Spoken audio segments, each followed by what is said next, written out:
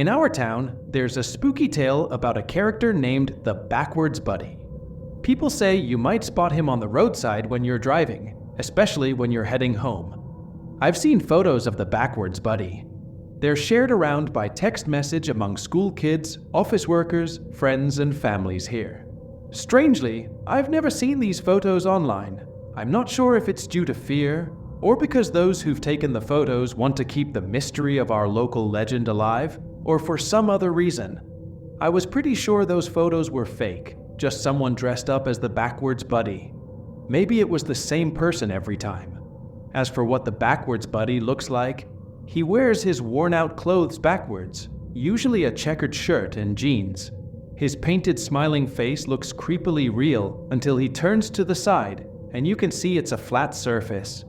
It seems that he shaves his hair off, paints a face on the back of his head, and puts a wig that reaches his shoulders on that covers his real face. Those who I've met who claim to have seen the Backwards Buddy say they waited a week before driving home, staying at a friend's house or a hotel, and not even bothering to go home to pack a bag. I've also heard, though, that you need to wait a month. The common advice seems to be, if you see him while driving home, don't finish the drive home, turn around, go somewhere else, and wait for at least a week. I thought it was all silly, until my friend and I saw the Backwards Buddy when we were going back to my house from the cinema. It was Lucy who spotted him. "Slow down," she said. "I think I see that Backwards Buddy you told me about." Lucy had only lived in my town for 6 months, so one of the things I had told her in my effort to share as many interesting things as I could had been our local legend about the Backwards Buddy. Was it a coincidence that we'd just been talking about him a few days before? I had never seen someone dressed as the Backwards Buddy in person. Photos, sure, but never in person. My foot was trembling as I eased up on the gas. It was dark, almost midnight dark, and there were either no streetlights or they were off. My car's headlights lit him up. On the side of the road, he was facing us. Actually, he had his back to us. That painted face was facing us. The jeans, checkered shirt, and wig were all turned our way as well. His arms and legs looked odd. They were stuffed into his clothes the wrong way. I wanted to laugh, but I was scared. When we got to be about 10 feet away in my car, he turned his painted head towards us. Those painted eyes, realistic but forever held too wide, seemed to be staring right into mine. As we drove slowly by, I waved to him and laughed to try to ease some of the tension. He did not wave back. I looked at Lucy. She was waving too, but she wasn't laughing. I glanced back in time to see the slick side of that person's shaved, painted head, and the optical illusion of a real face being there was shattered. Shattered, but somehow worse for it. Also, when I looked into the rearview mirror as we increased our distance, I thought I saw something shiny beneath the shoulder-length wig he wore. Then he was gone, lost to the darkness. I picked up speed. He hadn't been walking, but somehow I was worried he would come after us too quickly. "So, what do we do now?" Lucy said. "We can't go to your home, or mine?" I glanced at her, and soon we both started laughing. "Well," I said, "after tonight we'll be able to tell everyone around that we saw the Backwards Buddy and went immediately home." "I wonder who was pretending to be the Backwards Buddy," Lucy said. "I wonder why they were doing it. Do you think we should turn back around and try to talk to them?" "I'd rather we didn't," I said. "They could be dangerous, but I'm sure it's just someone looking to keep the urban legend alive." "It's your car," Lucy said. "But if it was mine—" "All right," I said. "We'll turn back around. My grandpa used to say, if you're in doubt which turn to make, you can always take a U-turn until you figure things out. He used that as a metaphor for life." But as I did my U-turn, my heart was pounding in my chest. We drove down the entirety of that dark street without seeing that person again. It was a couple of miles long in that direction, so there's no way they could have walked or run the distance so quickly. Lucy and I decided that the person dressed as the Backwards Buddy must have left the shoulder of the road for the surrounding woods. The idea of them hiding in the woods as we drove by again made me feel like I had bugs crawling over my skin. We did another U-turn, and during that whole time, I kept glancing around in case that person jumped at us from out of nowhere. But soon, We were heading back in the direction of my house, with no second look at the backwards buddy.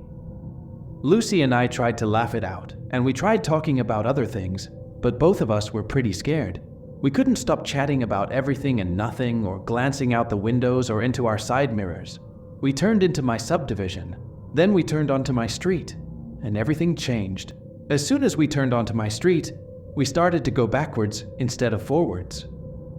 "Did you put it in reverse?" Lucy said. Her hand was gripping my arm. It was as cold as ice. I stopped the car. Both of us were looking down. The car was in drive. I took my foot off of the brake and put it onto the gas pedal again. The houses, familiar houses I saw every day when coming home, were moving away from us. "Maybe something's wrong with my car," I said. But when I tried driving forward again, I looked to the side and then in the rearview mirror. We were not moving, not according to those views.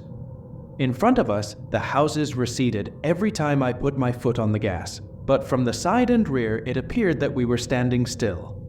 On my street, everything was well lit. There were tons of streetlights, so we couldn't argue it away as if it had anything to do with limited visibility. "Let's get out of here," Lucy said. Her voice was almost a whisper. "Yeah," I said, already about 20 feet away. I don't know why it took me so long to realize this. Maybe it was because I didn't want to, but I recognized my neighbor by the back of his head and by his body shape, which was somewhat atypical.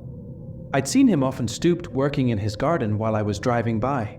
He was walking backwards towards us. When he got closer, he stopped.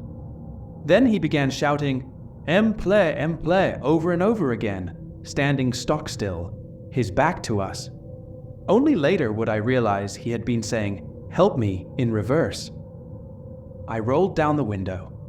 "Mr. Nelson," I said, "what's the matter?" He stopped shouting. Now that my window was down, I could hear his body creak and snap.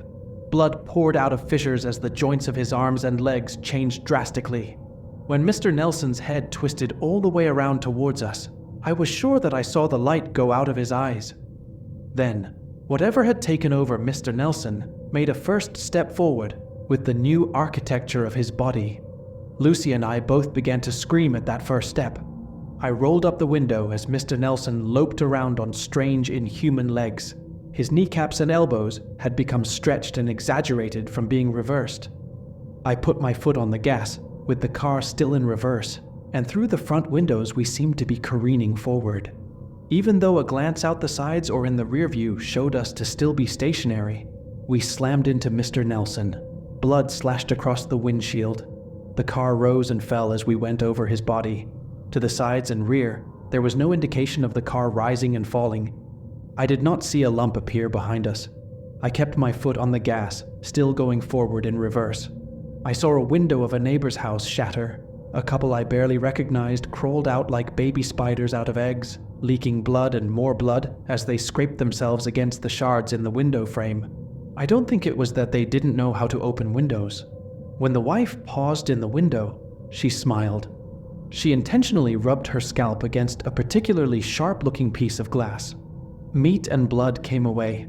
I think I could see the white of her skull. By then, her husband was already on the ground running towards us.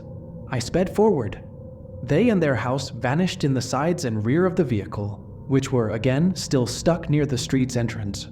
More people were coming out of their homes. They came out all twisted and broken, damaging themselves further as they exited. They ran towards us on backwards legs, churning their backwards arms. Everything about them was the wrong way.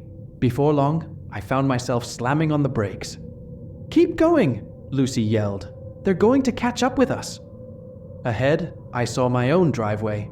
Someone that looked like me was talking to another person with a painted face. The painted face nodded. Up and down, it nodded like a real face would do. Then, when I saw the wig shuffle and move seemingly on its own, I realized that the true face under that wig was talking, moving its lips, breathing. The backwards buddy was talking to me or someone who looked like me. At the same time, Lucy was reaching over me, trying desperately to put her foot on the gas. A couple of twisted pieces of bone and meat collided with the windshield. Two faces with bunched up folds of neck leered at me out of glazed eyes. These were faces I should have recognized. Their twisted arms continued to beat at the window, even though their eyes told me that no one was home. A spider's web of cracks spread across the windshield. Its grooves caught blood. I slammed my foot on the gas while helping to steady Lucy back into her seat. We flung those two off, and right after we ran over an entire family in quick succession. I didn't have time to feel guilty. These were not my neighbors. These were not my neighbors. These were not. Lucy and I both began to change. I heard some of my bones break. I felt it a moment later, like the reverse of lightning before thunder. Lucy and I started screaming, almost in unison and about in the same tune. It was like a choir of pain, and pain had risen up with us as instruments. "Keep your head back," I yelled as I strove to keep my head pinned against my seat. "Don't let it twist around. No matter what happens to the rest of our bodies, we can't let it kill us." "I know," Lucy said. "Just get this car out of here. Make a U-turn or something." Make a U-turn, I thought. What was it my grandpa said about life, and how if you didn't know what to do, you could always make a U-turn? Still in reverse, yet still going forward, I wheeled the car screeching around. I didn't glance out the sides or rear. I gunned it, heading back towards where we had come from. The backwards buddy waited. He waited for me at the juncture of my driveway and the street. His painted mouth grinned forever. His painted eyes were too wide and incapable of blinking. We passed him and drove out of the neighborhood. Lucy and I weren't out of the woods, though. I was able to get us to a nearby gas station before my legs and arms, which were partway reversed and leaking blood, completely gave out. We crawled out of the vehicle and onto the cold, hard concrete of the gas station. I blacked out almost at once, but Lucy tells me she retained consciousness until the ambulance arrived. I don't envy her. We spent months in the hospital with broken bones and torn ligaments and muscle. I think the only thing that had saved us permanent damage might have been the seats of our vehicle resisting our changes. We told the doctors we had been in a car accident. They shook their heads at us and kept asking questions. I did go back home eventually. We both did. The reason I went home was because one of my neighbors that we had run over with my car came to the hospital to visit me. They seemed completely fine, as if nothing had happened, and the backwards buddy had never changed them. But damage was done to my vehicle and to Lucy and me, both physically and psychologically, and while our bodies are on the mend, I don't think we'll ever be the same. I feel the wrong way inside.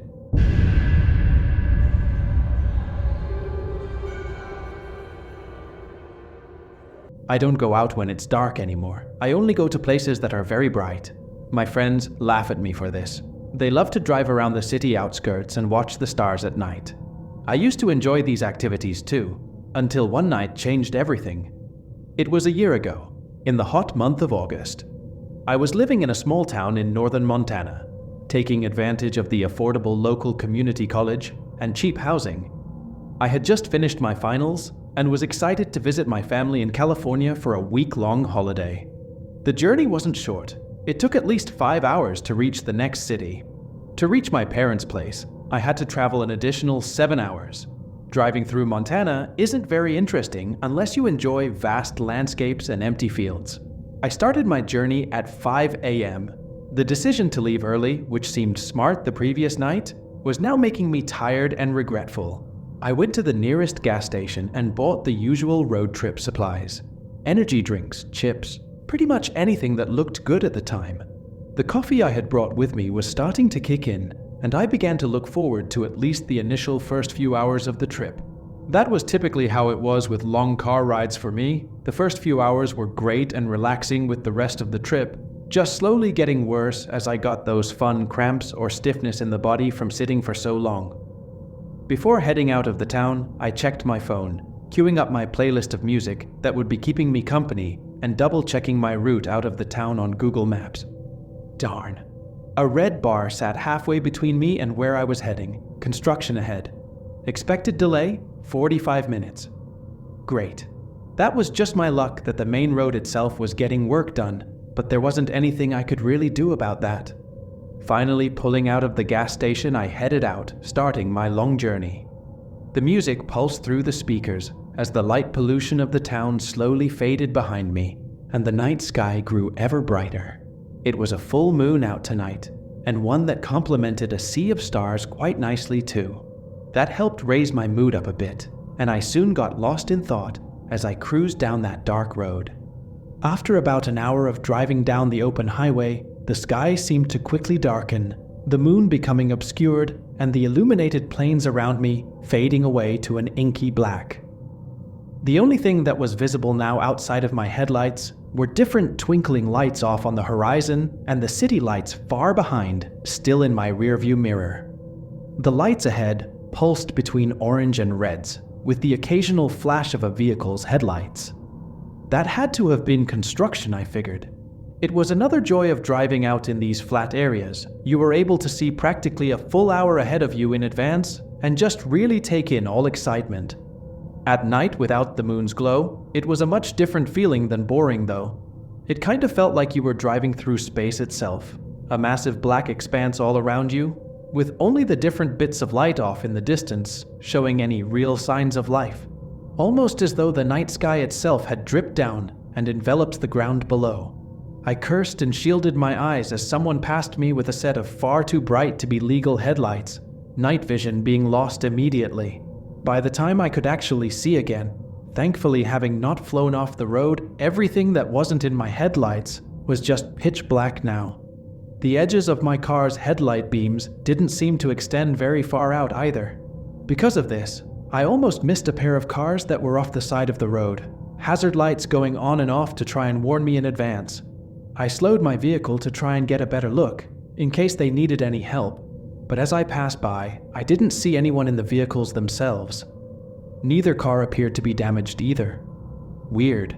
Maybe the owners had car problems and had hitched a ride back to town until a tow truck could come and retrieve the vehicles. I couldn't really give much better of a guess than that, so I continued on not wanting to rubberneck any more than I already had. The darkness at this point had become rather oppressive. I noticed that outside of my beams of light, it was now just a solid black wall. Like it just cut off immediately with no glow or anything. I had to slow my speed to half just to be safe. While trying my best to stay on the road, I must have completely forgotten about the construction zone, for when an orange pylon appeared out of the darkness, I hit the brakes. I must have missed the warning signs due to this weird blackout, but this had to have been the start of the construction zone. With due diligence, I crawled through the area, trying to catch sight of any workers or really any signs of life. That was when I realized that there should have been some kind of life around here. I had already seen their lights on further back down the road, but now as I drove through, there wasn't a single piece of equipment that seemed to be turned on in any way. Excavators sat abandoned, doors wide open without an operator inside. Any floodlights had been knocked over or otherwise turned off in some other manner. However, things quickly went south from there. About halfway through was when I saw someone finally. A prone body lay face down on the side of the road, only half of the person visible from my car. I stopped the vehicle, wondering what he was doing at first as it looked like he had his ear to the ground. Eventually I realized that he must have been unconscious, so I put the car in park, turning on my phone's flashlight and the car interior light before getting out to add as much extra light as I could to the area. The moment I stepped out of the car, I could feel a very stark difference in the air. It was supposed to be the middle of the summer, yet I could almost see my breath. It was freezing out here for some reason. "Hey buddy, you okay?" I called out nervously, voice holding an odd echo to it that had no right to be there. I shined my flashlight over him as I got closer before quickly stumbling back. Jesus Christ. I practically sprinted back to my car, throwing myself inside and slamming the door behind me. Panicking to find the lock button, my fingers hit it, and I tried to stop myself from hyperventilating. The lower half of that man's body had been eaten. Past his stomach was nothing more than bits of gore and viscera that had been strewn out across the road. It looked like something had just ripped into him and left the rest to rot. I pulled out my phone and tried to call 911, but I had no bars. I must have been too far out to get any signal. It wasn't like I could do anything to help the poor man from here, so I pulled the car out of park and continued out of the construction site. I spotted a few more bodies in varying condition as I tried to make my way out, That was when I saw it. Just as I turned a corner, my headlights illuminated something that was hunched over another construction worker. It almost looked like a person, but it was far too dark. It was incredibly thin, spine jutting out from its back as it initially faced away. When it turned in response to the light, it covered its malformed face with a massive hand that ended in sharp, ragged claws. Pinprick white eyes glaring at me from the shadows of its hand as it let out a shriek and bounded off into the darkness. At that point, I slammed my foot down on the gas and floored it out of there, having to swerve once or twice to avoid the abandoned equipment. Eventually, I rocketed out of the sight going far too fast, but unable to slow down. In my rearview mirror, I could see them, a collection of white eyes that trailed along behind me in the distance. They didn't make any sound, but I could tell they were getting closer, little by little. I must have had at least some luck tonight, as when I made my way over the next hill, I could see off in the distance a gas station that was still lit up, a beacon of light in this sea of darkness that surrounded me. I managed to get to it in only a few minutes, my tires screeching across the pavement as I came to a halt directly under the gas area. The darkness was like a wall all around it, but I had a clear path to get inside of the building. Taking a deep breath, I escaped my vehicle and sprinted up to the glass door. When I got to it, the attendant inside was already unlocking it and pressing a button on the side to power it on, letting it open enough to get me in before he closed it again with the lock in place. "Are you all right?" he asked me as I stumbled away from the door, trying to put distance between me and the numerous windows that covered the front wall of the station. I felt vulnerable, there in that little store, the panes of glass being the only thing between us and all that darkness outside, just waiting for the lights to go out. I started to try and explain to him what I had seen, when outside the bulbs began to blow one by one around the top of the gas station, with the darkness encroaching closer and closer until it was pressed up against the windows. The light that was inside didn't seem to faze it at all now. Almost as soon as it had reached the glass, I could see them again, small sets of white eyes dipping in and out of the darkness. "What the heck is happening?" the attendant cried in a panic as he too backed away from the glass. That was when we saw the first crack appear on the window, the tip of a clawed hand pressing into the glass as it singed underneath the bits of light that reached. "I don't know, just help me barricade this," I shouted back to him before shoving the shelves towards the front of the store. The glass held long enough for us to get a sort of half wall set up, but I knew it wouldn't hold them back forever.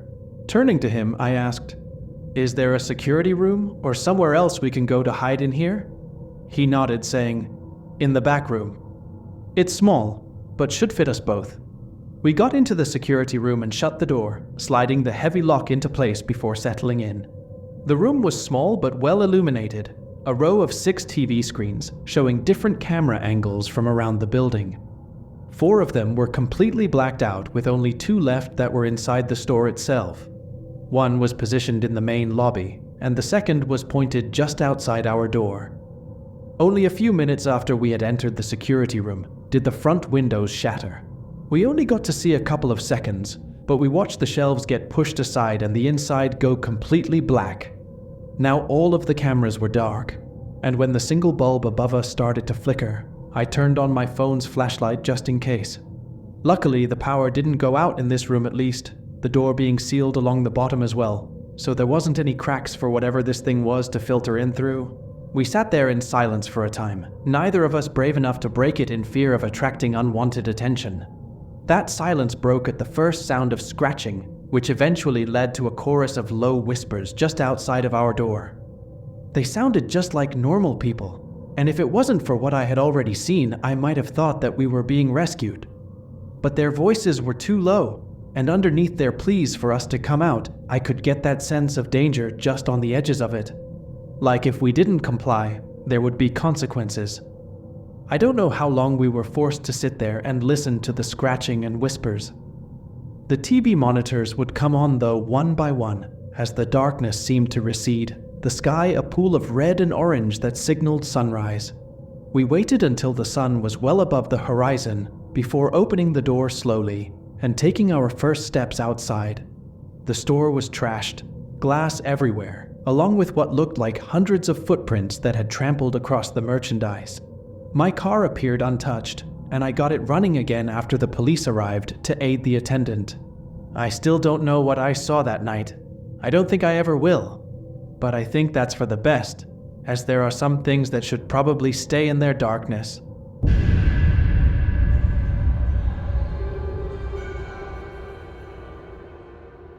My folks reside atop the hills, slightly west of Seattle. Last Sunday, my wife Emily and I motored up to their home for supper. I attend university in Portland, which means I usually drive west out of the hills before steering south on the freeway towards my flat. But this time, when I punched my address into my GPS, I noticed a marginally quicker route that zigzagged while staying in the hills. After discussing it with Emily, we decided to trail the new route. The moon was at its fullest, the car had a full tank, and we were feeling adventurous. The initial part of the drive was uneventful. I was familiar with most of the roads near my folks' place, and the full moon bathed everything in a soft, colorless light that made it easy to follow the signs. The road took us deep into the hills, and soon the winding path became rough and uneven due to lack of maintenance. We'd been motoring for about 30 minutes when Emily switched on the radio. All we heard was static. "Well, we're in the hills," I said. "Signal's gonna be weak out here." Emily didn't respond, instead continuing to twist the knob in search of a station. She halted the dial when she heard a voice. At first, I thought it was one of those religious radio stations that broadcast in the countryside. You know, the kind that constantly play audio sermons? But as I listened, I realized it was more like a public service announcement. The voice on the radio had a noticeable lisp. I repeat, all vehicles driving on Eagles Path. There is a severe landslide blocking the road near Hawks Crossing. We recommend all drivers take Cougar Trail as a detour. I glanced at my GPS, saw that we were driving on Eagles Path, then scrolled along the road until I found a road marked Cougar Trail. "Huh," I said. "Should we just turn back?" Emily asked. "We've already been driving for half an hour. It'd mean adding an hour until we get home." I tapped the screen to add the turn on my GPS. "Let's see how long this detour is." I turned right onto Cougar Trail. It zigzagged down into a valley. After another 10 minutes or so, we arrived in a small town. There didn't appear to be any other exit outside of the solitary road that had brought us there. The only light within 100 feet came from a dilapidated gas station. My phone didn't have any service, so I pulled into a parking space and walked inside, hoping to get directions to the rest of the detour. The man behind the counter was in his late 50s and smelled terrible. Not just the smell of body odor, but of something worse, like he'd been working with decaying animals a few minutes back. "Hey," I said, "we were driving and got detoured through this town. Is there a way south through here? We're just trying to get down to Portland." An excited smile spread across the man's face. "Oh yeah," he said, "just keep driving through town." His voice was somehow familiar, but I was too distracted by the smell to give it too much thought. I thanked him for the information, returned to my car, and set off down the road with Emily. "My friends," the radio crackled. "It is time. We gather at the square." I looked up at Emily. She was staring at the radio with a worried expression. Was that the same guy that announced the landslide? Sounded like it. I continued driving through town, following the path he'd laid out. It came to a dead end at a bunch of trailers. I tried to check the map on my phone, but I still had no service. "Well," I said, "I guess we have to go back." We were driving back along the winding roads through town when my headlights illuminated something blocking the road. I pulled my car to a stop, staring out at what was clearly a tied-up woman laying on the ground. I said. "Hey," Emily said. Drive fast." I turned to follow her eyes. No less than 40 shadowy figures emerged from behind the rundown buildings surrounding us. They were holding candles, and they were running towards our car. I slammed my foot down on the gas, narrowly avoiding the woman tied up, and sped off down the road. The radio crackled to life again. "Come back, join our celebration." I realized where I recognized it. It was the same man in the gas station. The same man who'd announced the landslide and brought us into this town. I didn't stop driving until I reached my folks' place. I looked up some news articles and found several that mentioned drivers going missing near the town we'd driven through. If I find anything else, I'll update you all here.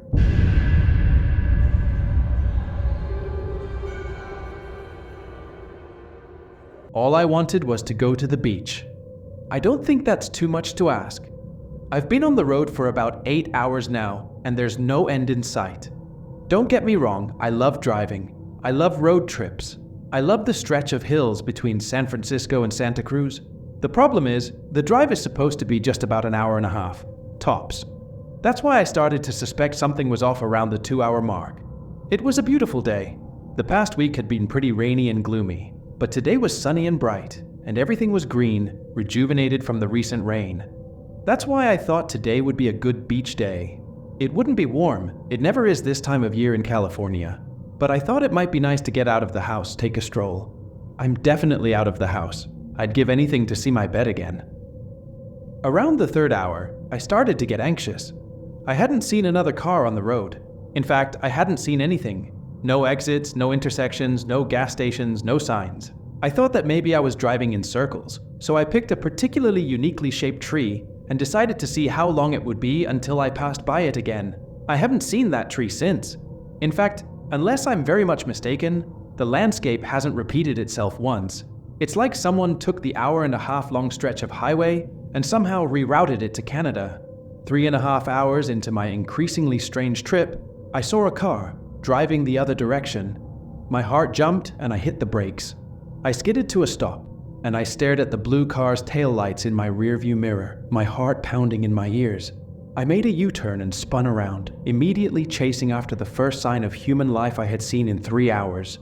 The car drove in front of me, going much faster than I was. It's strange. The car seemed to speed up at the same rate I did, so that it always appeared to be driving away from me at the same speed. I just shrugged it off as my tired eyes and paranoia from this strange route I seemed to have accidentally taken. But soon the car disappeared around a corner, and I haven't seen it since.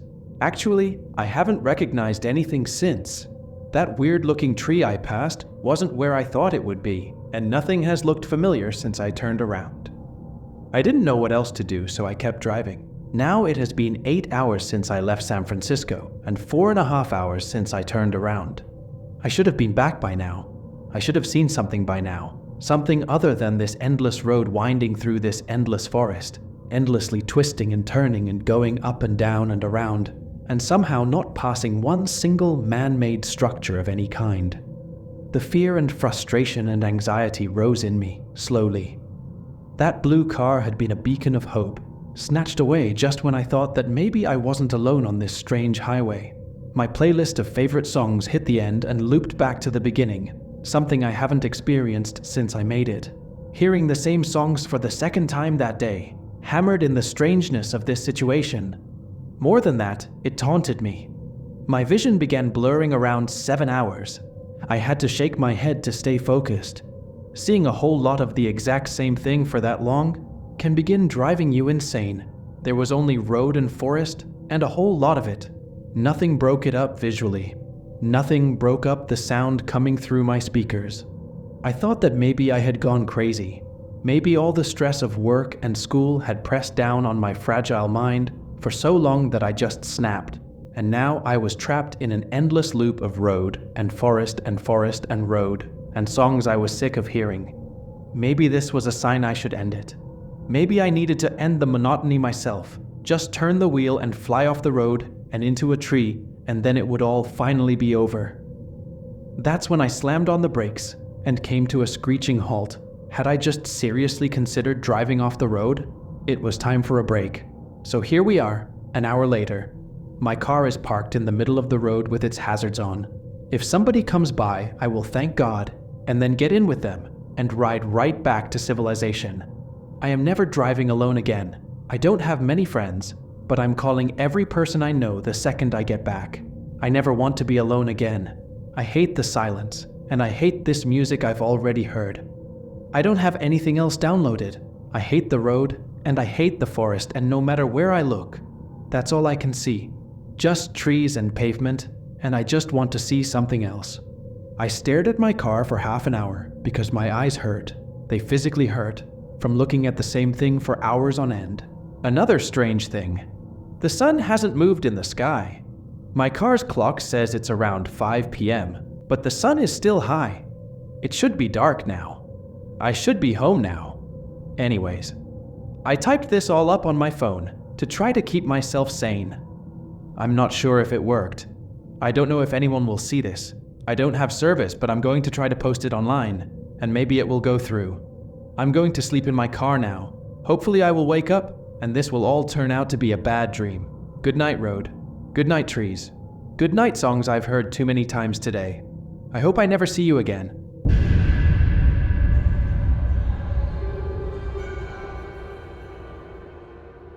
Have you ever driven on a lonely road in the middle of the night?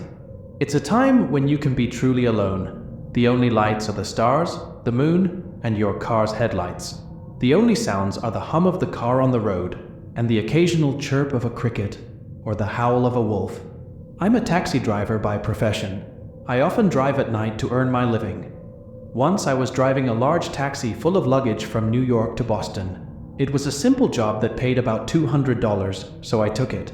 I started around 7 p.m., as I enjoy driving at night. I didn't want to waste any more time, so I started my 5-hour journey.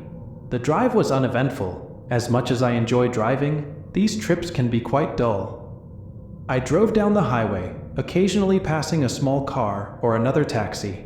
I planned to drive non-stop until I reached my destination, but unfortunately, I ran over a piece of glass and had to change a flat tire. By the time I finished, it was already dark. I got back in the taxi and started it up. That's when things started to get strange. When I started the engine, everything seemed to jolt. It felt like everything had moved slightly to the right and then back again. It made me feel a bit dizzy, so I stepped outside for some fresh air. It seemed to have gotten darker, but I thought it was just my eyes adjusting and brushed it off. After a few minutes, I got back in the taxi and continued my journey. Halfway through the drive, I started feeling hungry. It was strange because I had just eaten before I left. But if you're hungry, you're hungry. It was around midnight at this point. After a few minutes of driving, I saw a roadside diner. I parked and went inside. The first thing I noticed was that the diner was unusually warm. Not uncomfortably hot, just warmer than usual. The diner was small, and a young woman was behind the counter, looking bored. I greeted her and asked for a menu. The menu had only a few items: scrambled eggs, coffee, pancakes, pie, and a burger. I ordered a coffee and scrambled eggs and sat at a table. I was the only customer there. The second thing I noticed was the smell of metal. The entire diner smelled of metal. Everything was clean, the tables were shiny and new, but the smell of metal was still in the air. I tried to ignore it and waited for my food. Eventually, the waitress brought out a plate of eggs and a mug of coffee. I thanked her and started eating. Suddenly, everything jolted again. My plate was clean and the coffee mug was empty. A receipt for $50 was on the table. It was already paid. The waitress was back on her phone behind the counter. I wasn't hungry anymore. I quickly left the diner and got back in the taxi. As I drove, I thought I saw a shape in the sky. Bright white lines between the stars forming a square or a rectangle. I kept driving, trying to ignore the sky. The only sound was the tires on the road. The next thing I saw was terrifying. I heard a wolf howling in the distance. I had encountered many wolves on these jobs, but what I saw was not a wolf. It had the body and face of a wolf, but its legs were very long, like a spider's legs. Its eyes were shiny and yellow. I screamed and hit the brakes, but it was too late. I hit the wolf, hearing it whimper as I ran over it. There was another jolt. The next thing I saw was the sunrise. My hand was on my forehead, covered in blood. I had a bruise on my cheek, as if I had been punched. I eventually got up and left the taxi. Outside, the body of the wolf was mangled and bloody. The front of the taxi was dented and smashed. I noticed the smell of metal had returned and looked around. There was a thick black liquid covering everything. It splattered the front of the taxi, the road, and the body of the wolf. I tried to touch it, but the smell of metal was very strong. I looked up and saw a police car approaching. I waved for help. The police officer asked if I was okay. I said yes, but I had to get to Boston. The officer nodded, but then saw the wolf's body. There was another jolt. Hello? Are you okay? Can you hear me? What? Did you hit the wolf? Yeah? He then said I'd have to go to the police station. I told him I couldn't just leave the taxi here since it's my job to get it to its destination. He said he'd arrange for someone to finish the job as he handcuffed me and put me in the back of the car. At the station, I was put in an interview room with 2 other officers. They asked me one question, if I had experienced anything strange the night before. I mentioned the jolts. One of them mumbled something I couldn't understand, and they told me to stay in town for a few days. I'm writing this using their slow Wi-Fi connection. They told me the buses occasionally come around and might be here in a few days. Since I don't have a car, I can't leave on my own, so I'm stuck in this town for a while. I'll keep you guys updated, if you want, of course.